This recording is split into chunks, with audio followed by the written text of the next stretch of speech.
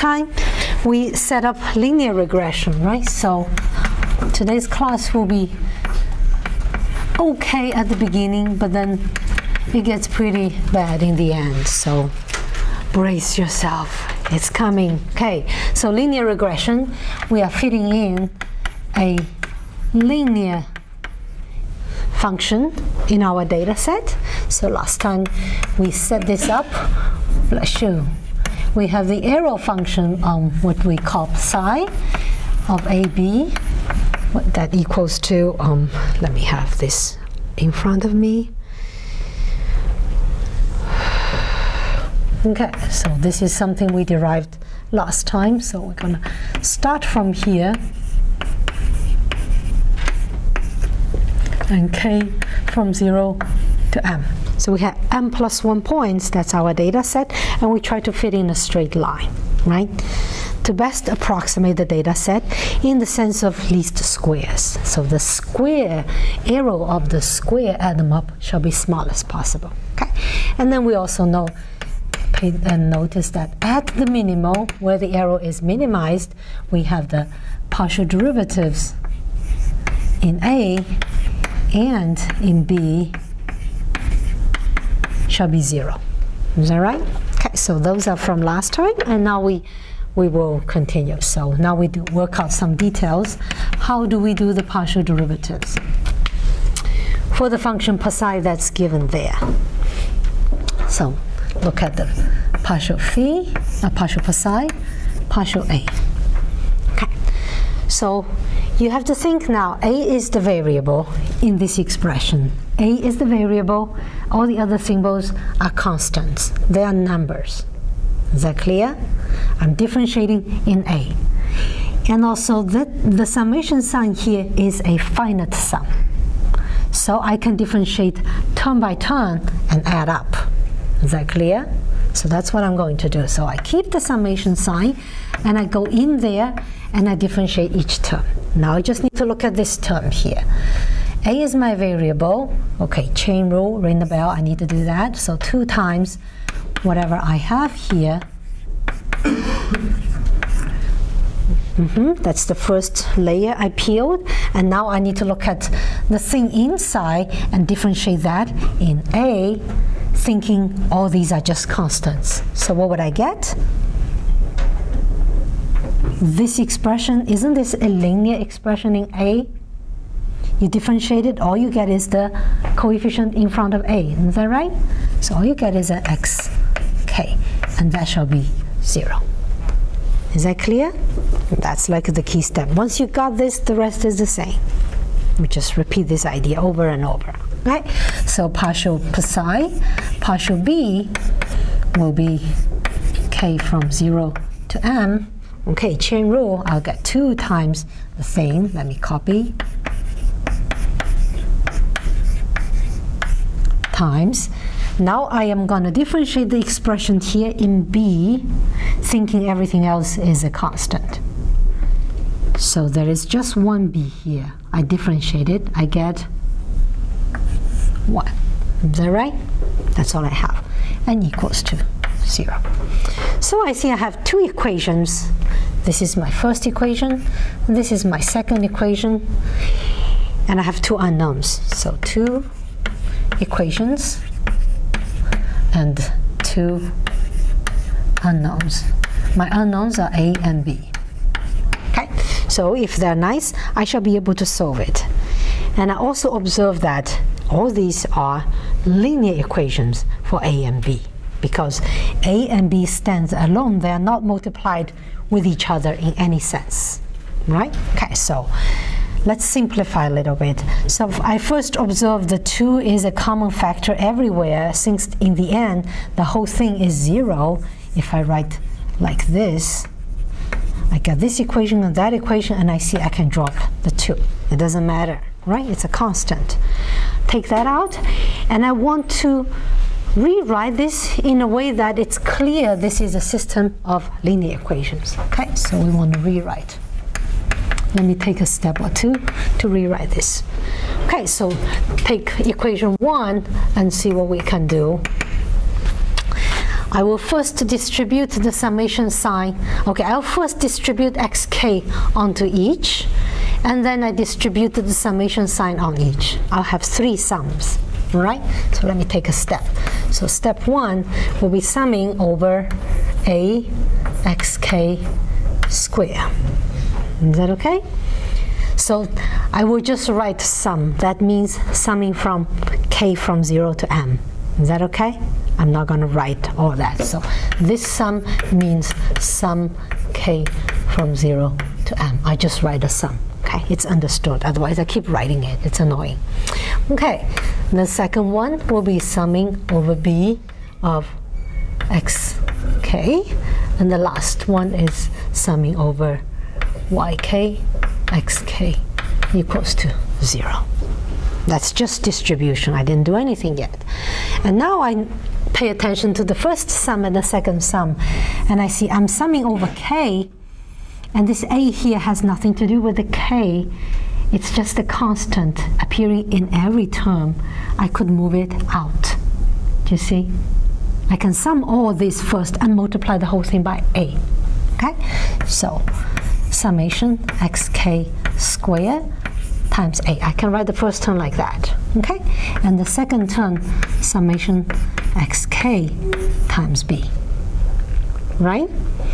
And the third term has no a and b. It doesn't contain my unknown, which is kind of a source. So I move it to the right-hand side. So yk xk. Are we okay? Once you can manipulate the first equation, you can do it for the second equation. Can we be a bit faster? Second equation will be manipulated to end in the following. So I move the summation sign onto the first one because it's multiplied by 1, so it's simpler. And then I take the a out. Okay?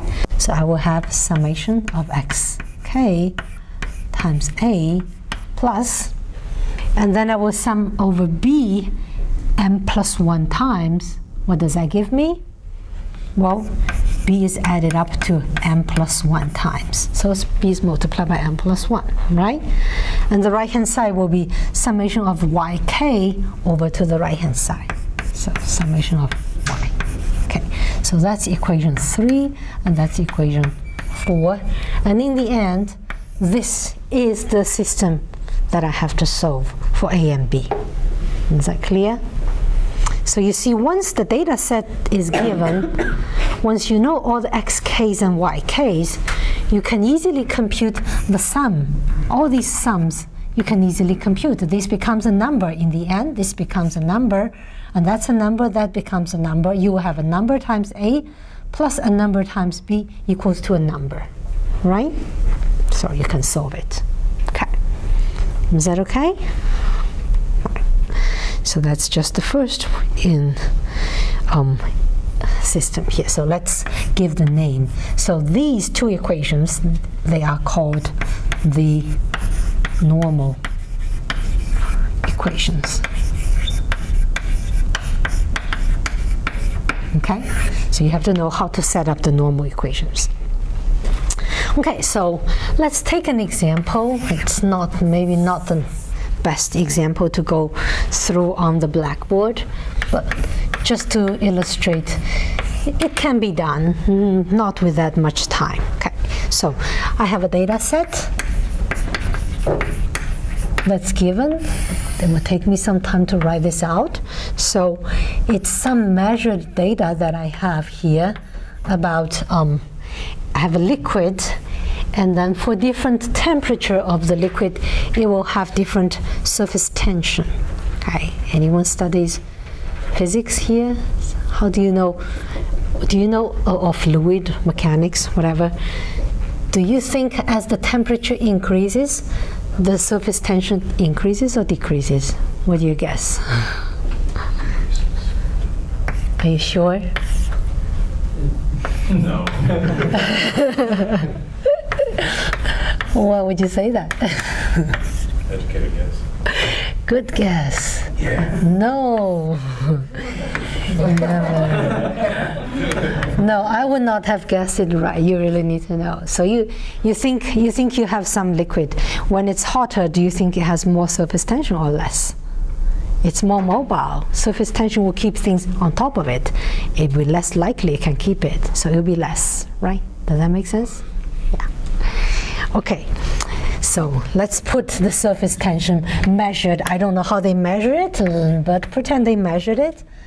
These are just dummy numbers. I can put any number. In the end, I don't really care these numbers, but okay.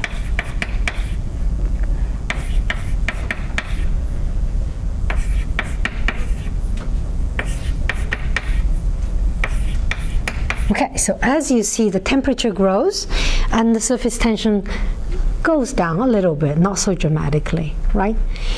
And the physical theorem says it's a linear relation between them. So you try to find this relation between them. Okay, so you need to fit in a function that is t shall equal to a linear one, a times s plus b.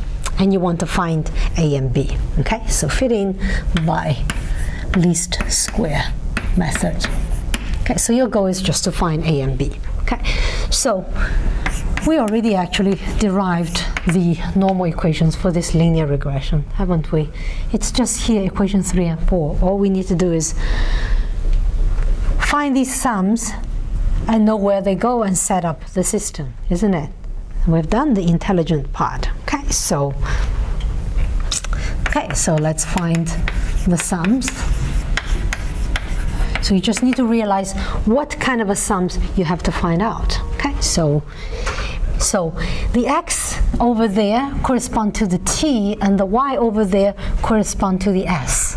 Okay, just that symbol change. Okay, so we have to find 7. How many sums do we have? No, we have to find 1, 2, 3. That's the same. 4, 5 different sums. Okay, and in this case, our m equals to what?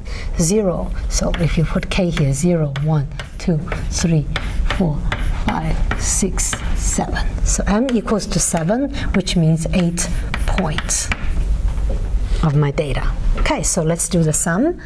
So what do we need to sum over? We need to sum that. That means tk square, right? So you square all those temperature and you add them up. Should be done by a computer. You can hit it on the calculator and do it. Doesn't take that long. Is that right? So if you do that, I get this number 26525.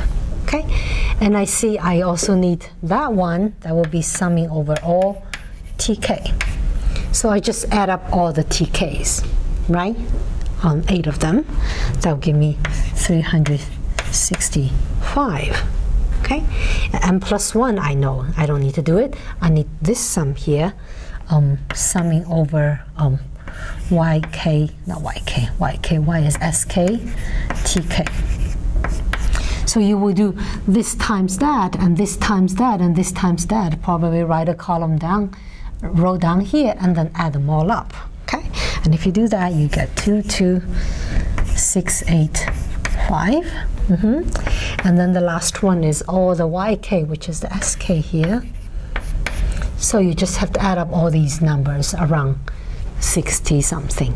Okay, if you do that, that can be done pretty quickly by a calculator. You just punch in the numbers and you will get 514.5. So once you have these numbers, you can set up the normal equations. So you need to know where to put in which number, isn't it? So what will be in front of A? It will be this guy, right? So I get 26525A plus what's in front of B is the sum of tk,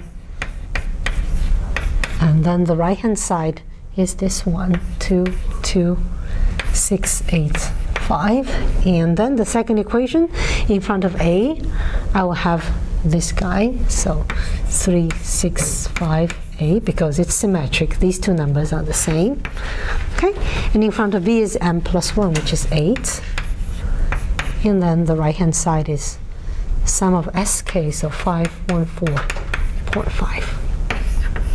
Okay, and give it to MATLAB and ask it to solve, or you can solve it. It's just 2 by 2, not that bad. with a calculator. It doesn't take that much to get it out. Okay, so let me just give you the numbers and we finish. So the A now is a slope. Do you think it's positive or negative by looking at the data? As temperature grows, the surface tension decreases. So the straight line should go down, right? And it doesn't decrease that much, so it should go down a little bit. So it's a small negative number, right? That's what you expect. So if you get something really different from it, then go and double check you made a mistake. 0.007993. I took 4 significant digits, and the B is the intercept. So if it's pretty flat, going down slowly, the B shall be some number pretty close to those numbers, 60 some range number, right? Yeah, it should be actually pretty close to this number. But it's not on your line, so it's close to it, okay? So it's a 67.96, okay? So if you have a MATLAB in your hand, you could plot those 8 points and plot this straight line, and then you will see this line goes through all these points. Some will be above the line, some will be below the line, okay? Is that okay? Question? The way we did this problem, aren't we actually fitting to S equals A times T plus B? Or yeah. Confused? Yeah, you're right. I'm sorry. It's the other way around. So T is my independent variable, S is the dependent variable. Yeah. Thank you. Okay. Is that okay? All right. Okay. So in the lecture notes, there is a little discussion of least square method with parabola. So instead of straight line, I fit in a parabola, so I have a function x squared involved in it. And I will skip that, okay? If you want, you can go and read it. I'll talk in a more general setting, okay? So I will go to 8.4 and just talk about least square method, just in general, with the non-polynomial functions, okay?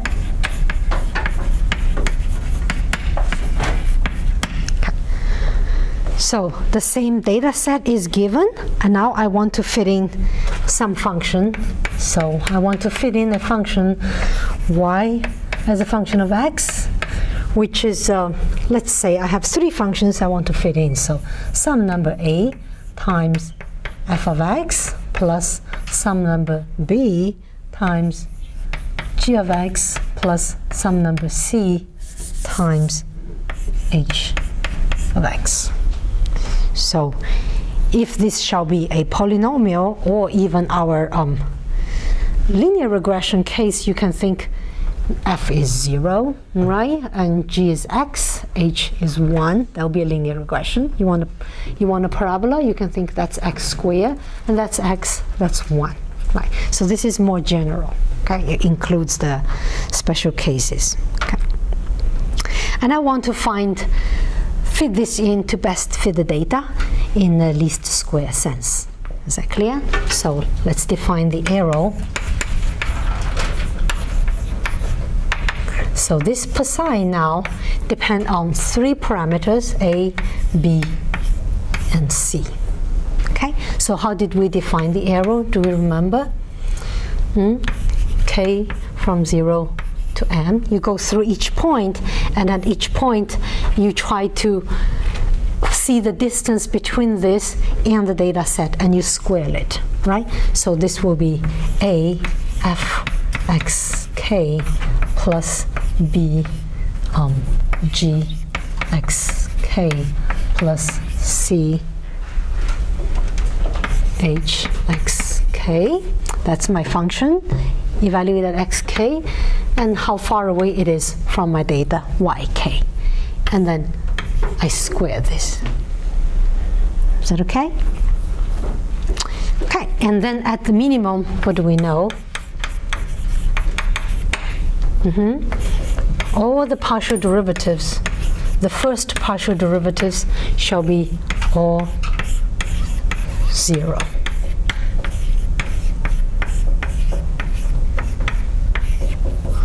Is that right?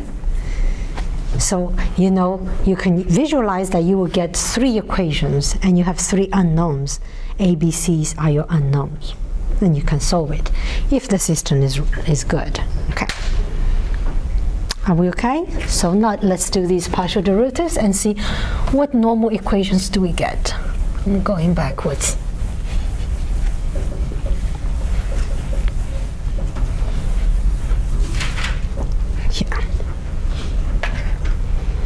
Okay, so let's look at the partial derivatives. So partial psi over partial A, let's set that equation up. Okay, so I'm going to differentiate this in A. You know, it's the same thing. F at xk is a number here, g at xk is a number, and that's a number. A, B, C's are my unknowns. So if I differentiate in A, that's the only variable. Everything else is constant. Okay, so what will I get? The same thing. I can differentiate each term, and then I just need a chain rule. 2 times A, F, xk, and B, G, and C, H, xk. Okay, minus yk. That's the first part of the chain rule, and then the chain rule says if I differentiate in A, I need to multiply by the coefficient in front of A, right? Which is f of xk. And that shall be 0. Is that okay? So instead of polynomials, I just throw in general functions. All right? So that's the first one. Once you got that one, the others are very similar. So summing over k from 0 to m, 2 times, well, may I just cheat and say they're the same? And then I'm differentiating in B. What I multiply here will be different. It will be the thing in front of B. Is that right?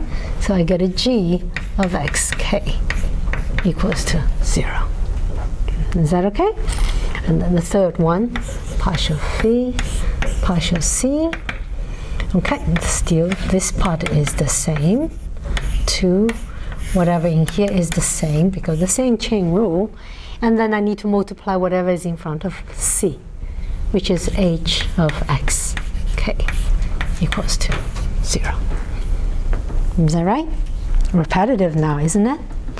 Okay, so get rid of the 2. It doesn't matter because it's equal to 0. I can divide both sides by 2.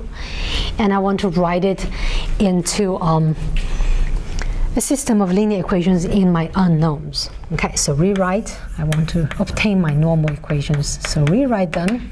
So the first one, I will distribute the f over, and then I take out the a. So what's in front of a will be the summation. Can I just write sum and not write the k? Because it will drive me crazy. It will be everywhere. So what do I have is f of xk times f of xk, right? I sum all this over, multiply by a. Is that clear? And then for the b term, I'll be summing over g at xk times the f at xk, okay, times b. Is that okay? And then what will be in front of c? Well, I'll be summing over h at xk and f at xk multiplied by c. Is that right? Pull it out.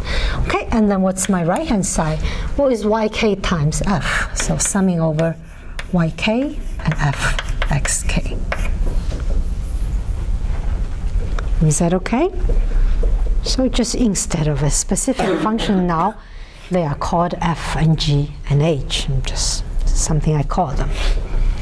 Is that okay? So can I write out the second equation a bit faster? So can you tell me what should I sum up and it goes in front of a? I will distribute the g to 3 each of them, right? So it will be f times g, right, at xk. So f xk g xk plus summation. So the second one will be g xk times g xk. It's g xk square in front of b. And the last one will be h xk g xk. See? And what's the right hand side? Well, it's y times g. So yk g xk.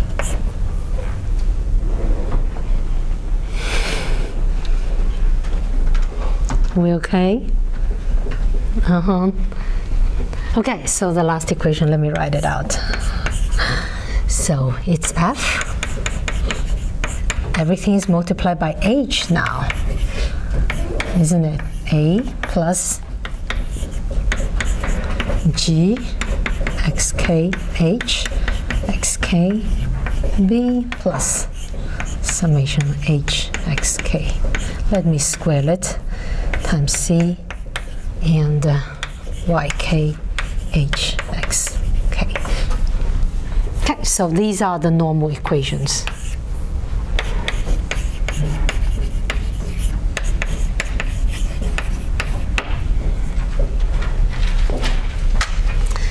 All right, are we okay? So in the end, you see you can write it as a matrix vector system, can't we?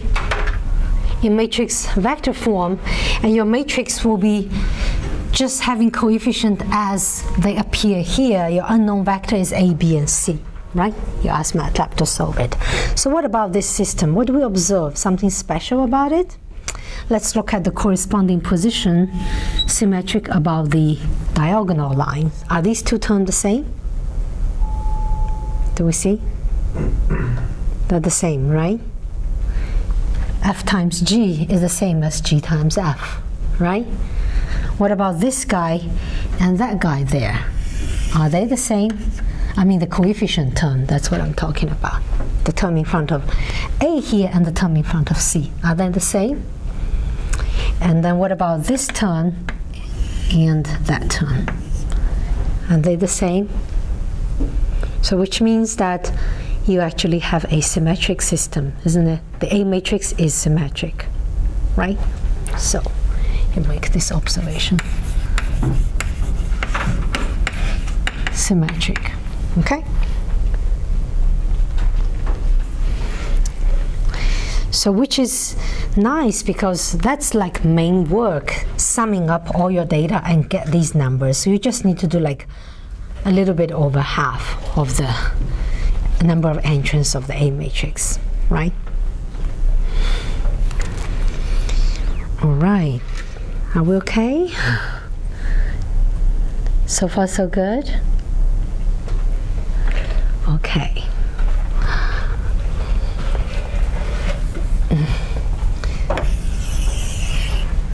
No.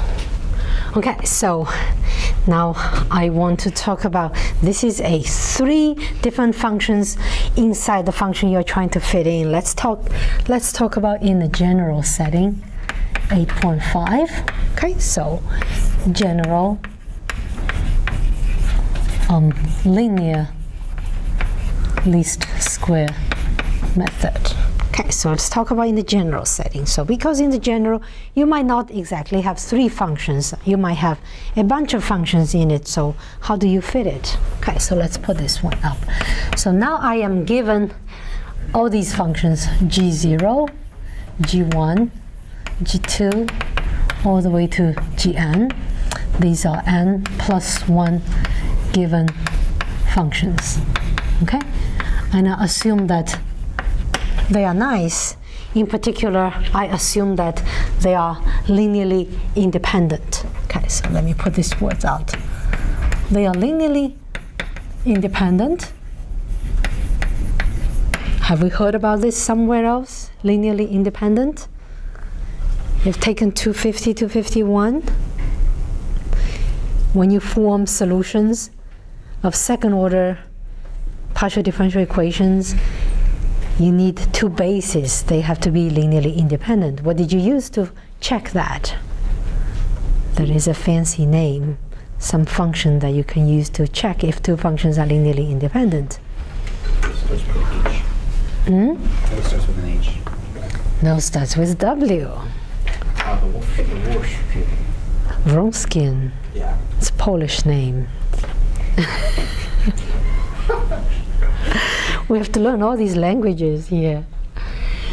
So that one you learned is designed for two functions, and there is an extension of that concept for n functions. Okay, but you don't have to know. But I will just tell you these are linearly independent. Otherwise, it's not going to work. Otherwise, you say this function is the same as that one. Then why do you fit in two? You can just fit in one, right? Okay, so they have to be really different. Okay. And then I have a data set that is xk, yk. So k from 0, 1, 2 to m. Okay, so what do?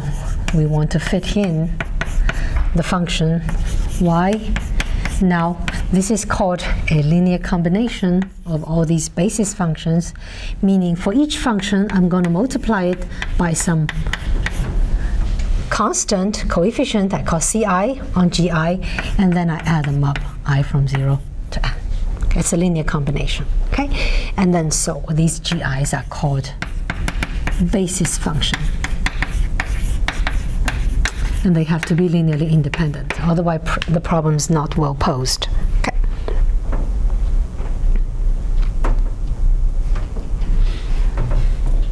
Okay, so what will be our arrow now? Let's define our arrow function, our psi.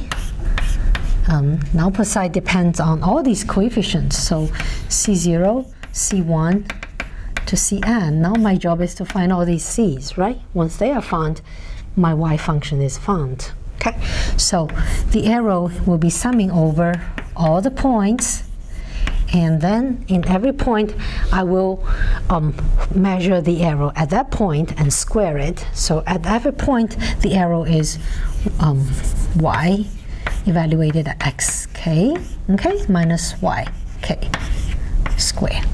Okay, so let's plug in the expression. So that will be summing from k to m. My y is this summation here, so summing over I from 0 to n, ci gi of x at k. Okay, this is the sum, and that minus yk squared. Is that okay?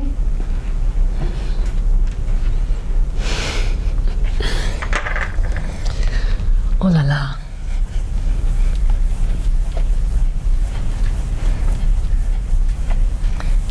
Do you guys ever have trouble falling asleep in the night? I do. Okay, so maybe when was that? A couple of semesters ago, I taught a 312 real analysis. That was such a hard course. There was a boy, one class, and it was like a afternoon, similar to this one, after lunch. So you had lunch and you're feeling sleepy. One boy came in, sat first row, right in the middle. He's trying to follow me, but after 5 minutes he couldn't resist it. He dropped and he fell asleep. The whole class, he fell asleep, and we all finished. And everybody left, and I was leaving the classroom. He was still there sleeping. So the next class, I told the class, now if you have trouble falling asleep in the night, you should record my class. Then you just play it and you watch it, and in 5 minutes you're out. You have a chance. All the classes now are recorded on YouTube. You can just load it and watch it. Sorry. Okay, now you're awake. All right. Now we're going to differentiate, right? So you know, at the minimum, I know all the derivatives, partial, psi, with respect to all the c, partial c. Let's choose a j, shall be 0, j from 0, 1, 2, all the way to n. So you see m plus 1 equations being set up, and you can solve it for m plus 1 unknowns, provided the equations are nice, right? And they will be nice if you have this assumption that they are linearly independent.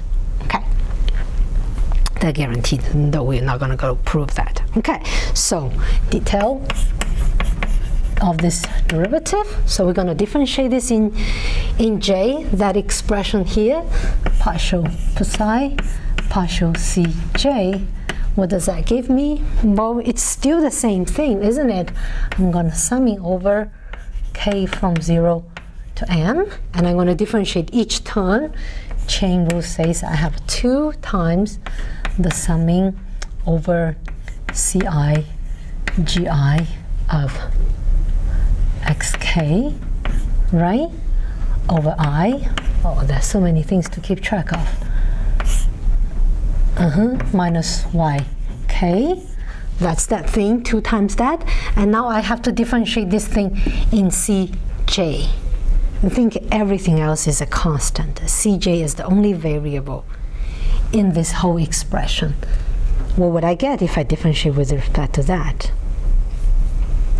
From what we have done, wouldn't you just get that coefficient standing in front of Cj, because it's a linear expression in Cj, which will be Gj at xk, agree?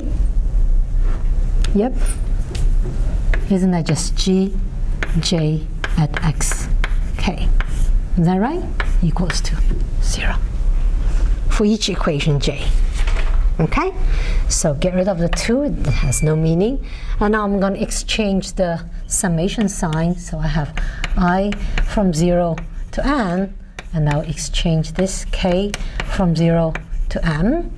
Okay, so what do I have here? I'll distribute the g in. So I get C I G I x k times G J x k. That's my first term. I'll mess up with it, but later. And then this y times that has nothing to do with c, which is my unknown. So I move that to the right-hand side. Summation over y k G J x k over k from 0 to m. Is that okay? Let's just rewrite it. Okay, so let's look at this thing I'm summing up here. I'm summing up first in k, and then I see that this number here has no k in it. So it's a constant in k, right? Which means it's like a double integral. Inside the integral, you have something that doesn't depend on whatever you're integrating. So you can pull this out. It can be staying in front of here, right? So that's what I'm going to do. I'm going to do that. And this thing is multiplied by c. Is that I? Yeah. Okay. Now this fits nicely into a matrix vector form. Okay. So if you say I have a matrix times a c is my unknown vector equals to b is the vector on the right-hand side. What will be the elements of A? Let's say the element is I, J. And what will be my A, I, J? Isn't that exactly the ith element in the jth equation? This is for the jth equation. Isn't that right? So isn't that exactly this summation here? The coefficients, so that will be summation G I x k G J x k, okay, k from 0 to m. Is that right? And then the b vector, let's call this b vector bj as its element. So the bj, each one, it's just the right-hand side here. You have n plus 1 of these, so you just make a vector. So it's a sum of y k G J of x k. So k from 0 to m. Okay? So you have n plus 1 equations and n plus 1 unknowns. Provided the g's are linearly independent, this A matrix will be non-singular. There is a unique solution. It's well posed. Okay. So want to catch your attention on one thing though. So do you observe that Aij equals to Aj? Do we observe that? Let's do this observation. If you switch the index I with j, does the A value change? No, because the product remains the same. So what does it mean for the matrix A? Symmetric. Yeah. So this means A is symmetric. You transpose it, it's the same, right? Mm-hmm.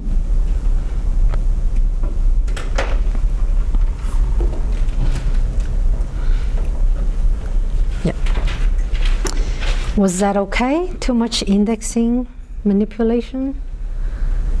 No question? Like on the exam and everything, we'll just be able to assume that all the equations are linearly independent. The functions, the basis functions? Yeah. Yeah, I will give you linearly independent, yeah, because we haven't talked about how to set up the Wronskian for. It's not an easy thing to compute. So the golden rule will be, you look at these functions, they look totally different, then they have to be linearly independent. If one is an exponential, one is a polynomial, and another is log, they are independent. Yeah, so yeah. So this will be the setting for the most general linear least square method. When I say linear here, it doesn't mean linear regression. Linear means, in the end, the normal equation I get here, these are linear equations. Linear equations in the unknown, meaning the coefficients C0, C1, and Cn. Is that clear? What do I mean by linear? In the end, you have a set of linear equations to solve. Okay, so next class, we'll even broaden this a little bit and try to fit in something in the end that turns out to be nonlinear, right? And that's really nasty. Yeah. Okay, any more questions? We okay? So you will sleep well tonight. If it doesn't go for you in 5 minutes, pull out this video.